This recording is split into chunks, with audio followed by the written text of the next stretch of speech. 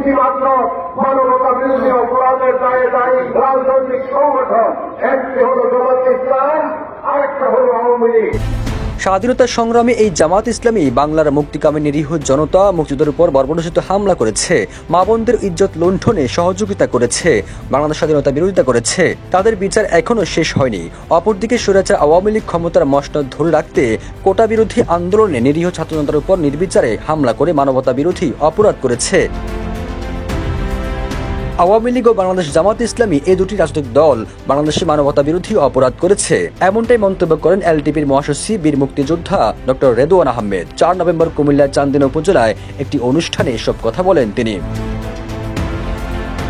এই সময় রেদওয়ান আহমেদ বলেন, জামাত ইসলামীর আমির ডাক্তার শফিকুর রহমান ভুল স্বীকার করে ক্ষমা চেয়েছেন, কিন্তু ভুল আর অপরাধ তো এক কথা নয়।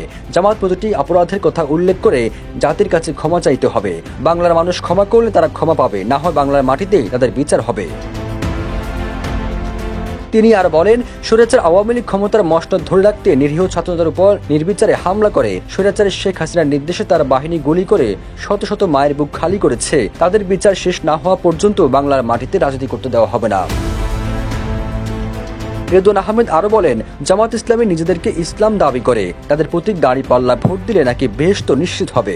মাওলানা আব্দুল হামিদ খান ভাসানীর উক্তি অনুসারে বলবো, নীল নদের পানি যেমন নীল না, তেমনি জামাত ইসলামীও ইসলাম না। ধর্মকে পুঁজি করে তারা ধর্মপ্রাণ মুসল্লিদের আবেগের সাথে বিশ্বাসঘাতকতা করছে। সবুজ আলম, নিউজ ডেস্ক, ইত্তেফাক।